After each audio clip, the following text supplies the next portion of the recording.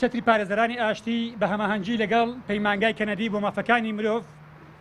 بەنیاز بووین لە هۆڵی کریستال لە شاری دوهۆک مەراسیمی ڕێزلێنان ئەنجام بدەین بۆ 90 ڕۆژنامەنووس و ڕاگەاندنکار و چەند کەسایەتیەک لەسەر ئاستی جنوب و وەسەتی عێراق و هەرێمی کوردستان.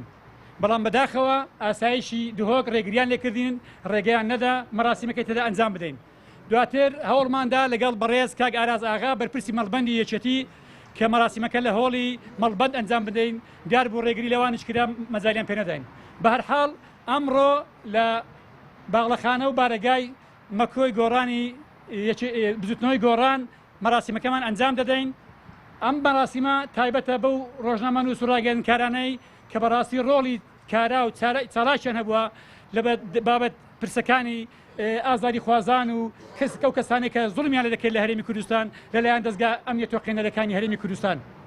زیاتر لە 40 تا 50 ڕاگەاندنکار و ڕۆژنامەنووس لە شارەکانی وەسەت و جنوبی عێراق هاتبوون لێرە ئەوانیش خەڵات بکرێن، بەڵام هەر ئێستا ئاسایش لە هوتێل سارەیەکیان لە پێشڕاگرتوون کە دەبێن بە فەوری شاری دوهۆک بەجێ بێرن و نابێت لە دهۆکیش بمێنن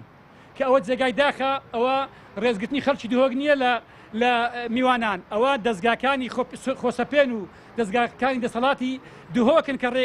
بەو شێوەیە پێشوازی لە میوان دەکەن. خەڵکی دوهۆک زۆر ناڕەحەتن بەو بابەتە، بەڵام بەداخەوە ئەوەی کە ئەوان دەکەن ئەوە تەفسیر لە خەڵکی دوهۆک ناکە